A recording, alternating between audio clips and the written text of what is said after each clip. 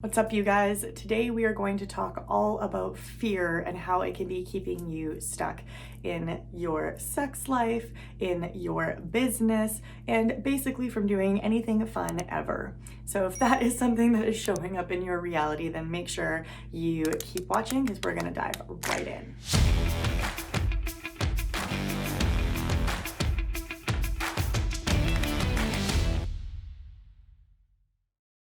Hello everybody, thank you for coming back to my channel. I'm Stephanie Jaie, the Erotic Alchemist, and today I want to talk to you about something that has been coming up a lot in my one-on-one clients, in my Facebook group, and even with the students that I teach over at the Institute of New Paradigm Intimacy, and that is the concept of fear.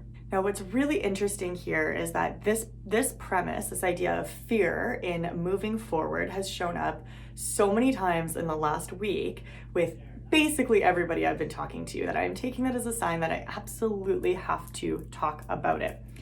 So the way this has been showing up, for those of the students in the Institute that I work with, we are now at the stage where we are helping them launch businesses. And they are starting to get into that state where they're starting to think about, how do they want to create their business? Do they want to be on Facebook Lives? Where do they want to be showing up? How much of their sexuality journey are they ready to share? And that's bringing up a lot of fear, as I'm sure you can imagine. It's a really, really deep, really potent part of the container. It's actually my favorite part because it always amazes me how when people move through this fear, their lives change and they get so excited. So it's actually my favorite part of the program. But I digress. And my one-on-one clients, the way that this is showing up is in relationship. So fear of speaking up, fear of not having their boundaries met, fear of over-asserting their boundaries, the whole 9 yards, right? So it's funny because it's come up for literally everybody. And the question that I seem to get is, Steph, you're such a successful entrepreneur. You're really in your erotic innocence. You're showing up in your sexual empowerment all the time. You've got multiple, really successful businesses. And therefore, the assumption is that you don't feel any fear, or that I don't feel any fear. That is the assumption. And it's so important for everybody to know that nothing could be further from the truth. I feel fear probably more deeply than most people who have not done this work. Why is that? Because fear is an emotion. And just like every other emotion in my work, I encourage you to create the vibrational resiliency that allows you to feel it.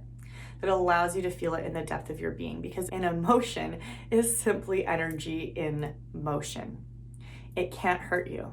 It's just energy in motion, and that is the same whether it is bliss, whether it is grief, whether it is sadness, whether it is fear, whether it is rage. It's the same. It's all just energy in motion. Okay? Now, when we look at an emotion as energy in motion, we also start to realize that an emotion actually, at its root, if we have no blockages in the body, moves from beginning to completion, just as all energy does. It doesn't just chill, it moves in about 90 seconds.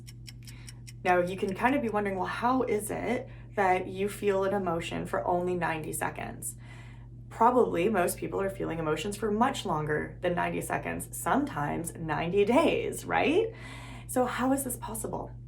And the truth is, the reason it holds is not because the emotion itself needs to hold, the energy itself doesn't need to hold. It is our relationship that causes it to hold.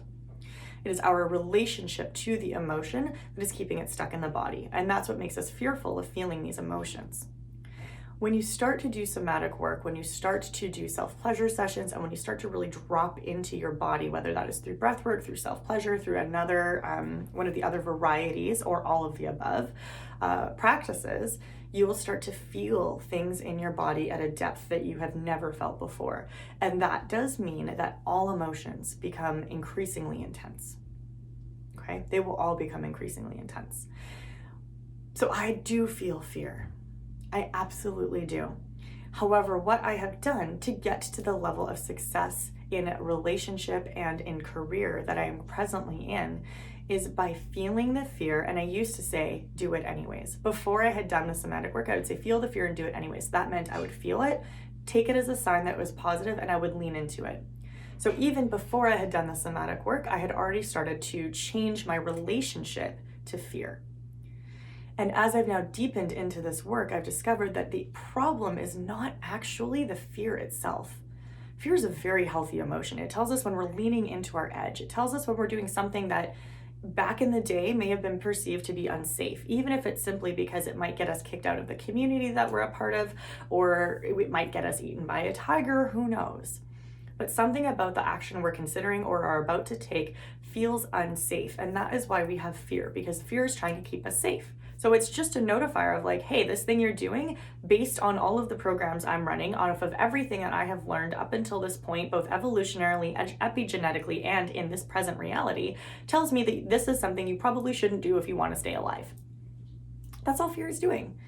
But the reality is we know that if we do a Facebook Live, we're not going to die. If we launch a program that flops, we're not going to die. If we have a hard conversation with our partner, we're not going to die. That's just the reality of the situation. So then why does fear take so much control over us? And the answer is because we are afraid of feeling fear. Let that sink in.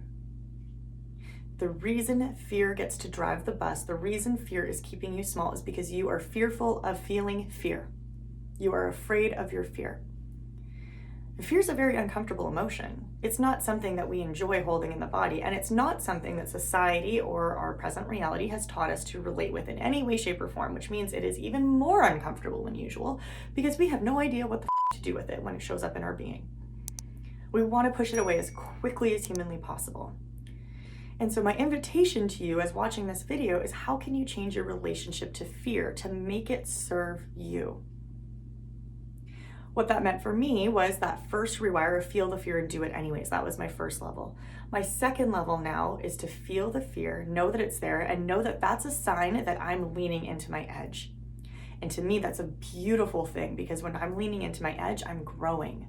I'm bringing new things into the world. I'm changing the world. I'm changing lives, potentially even your life, right? So when I feel that fear, to me, that's a positive thing, that I'm doing something different. I'm doing something edgy. I'm at the very least growing beyond my current capacity of comfort. And that's a very good thing. So I don't fear the feeling of fear any longer. Now I look forward to it. I search for it. I enjoy it. I revel in it. When it fills my body, it's like being on a roller coaster ride. It's beautiful. Slightly less adrenaline, let's be honest. So fear gets to have a positive reaction in your body if you're not afraid of it. It's a beautiful, very powerful practice. So the next time you're starting to feel fear, the first step is to really question, like, do I need to be afraid of this feeling? Can I sit in this discomfort? Can I sit in a somatic descent and just feel this fear without having to change it, without making it right or wrong, without making it good or bad, just feeling the fear? Guys, this is a superpower that will allow you to talk to anybody about anything, that will allow you to do anything in your life.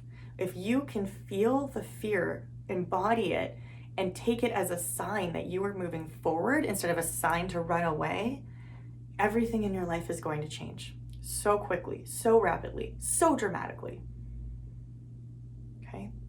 Now, the next follow-up question that I get from everybody is, what do I do with the vulnerability hangover? So I've felt the fear, I did the thing, and now I feel like garbage. The place that this shows up the most for me and for a lot of my clients is on Facebook, when they've made the vulnerable post, and then it's like, I don't want to touch Facebook for like 5 days, right? We call that a vulnerability hangover. So what do we do about that? Know your enemy. Know thyself, know thy enemy. This is, I'm using the word enemy like a little tongue-in-cheek here, because obviously it's not the enemy. We've already talked about that.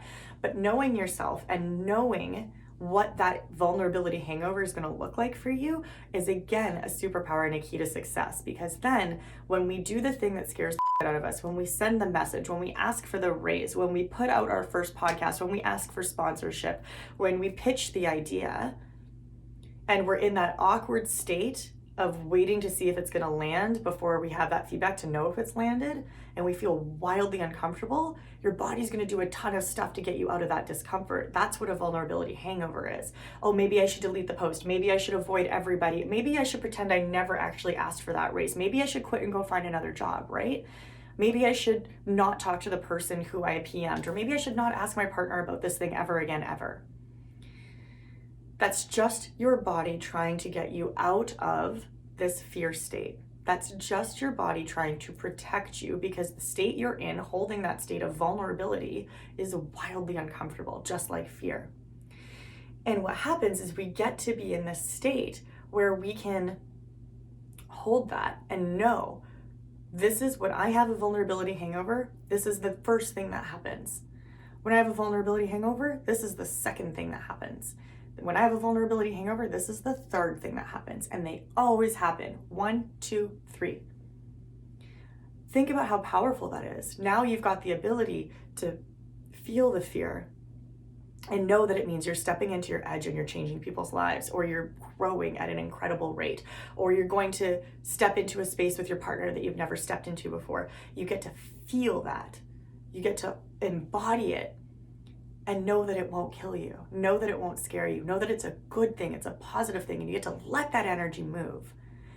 And then when it moves, you also have a backup plan for how to support and nurture yourself on the other side, which is understanding and knowing your vulnerability hangovers, how that shows up for you, and knowing that, again, it's not a sign that you did anything wrong. Again, we're just changing our relationship to the vulnerability hangover. Having the awareness, knowing what that looks like for us, and then expecting it to show up every single time, knowing that it cannot hurt you, and knowing that it's just a natural part of the process. So guys, I hope that this helped. I hope that you will not fear your fear any longer, and that you'll start to be able to safely embody your fear, take it as a sign forward, and then understand your vulnerability hangovers through your own journaling process, and get to use these two tools as massive superpowers for you to be able to create the life of your dreams, whether you want to be a stay-at-home mom, or speak on stages, or just have a billion cats, or whatever it is that you want in your life. Being able to feel the fear, reframe what fear means to you, and then handle yourself through a vulnerability hangover is going to change your life. It is going to allow you to create so much magic in your life, in career, in relationship, in lifestyle, in everything. So if you have any questions, as always, please drop them down below. I love hearing from you. If you have requests on what you would love me to speak about next, you can also drop that down below. And otherwise, you guys know how this works. Please like this video if you loved it. Please subscribe if you'd like more of this content. And I would love if you could share this with somebody who needs to hear this message. Thank you all so much for being here as always, and I hope you have an amazing day. What's up, YouTube? Sensualites, thank you so much for spending some time with me today. I am beyond ecstatic to have your energy as part of this journey. Please don't forget to like this video if it resonated with you. Make sure to subscribe so you get notifications on all of my additional teaching videos. And if you have any questions, comments, concerns, thoughts, anything at all, drop them in the comments below. I love reading them. I love engaging with you guys, and I love having this co-creation with you. So please don't be shy. Feel free to reach out, and I will catch you in the next video.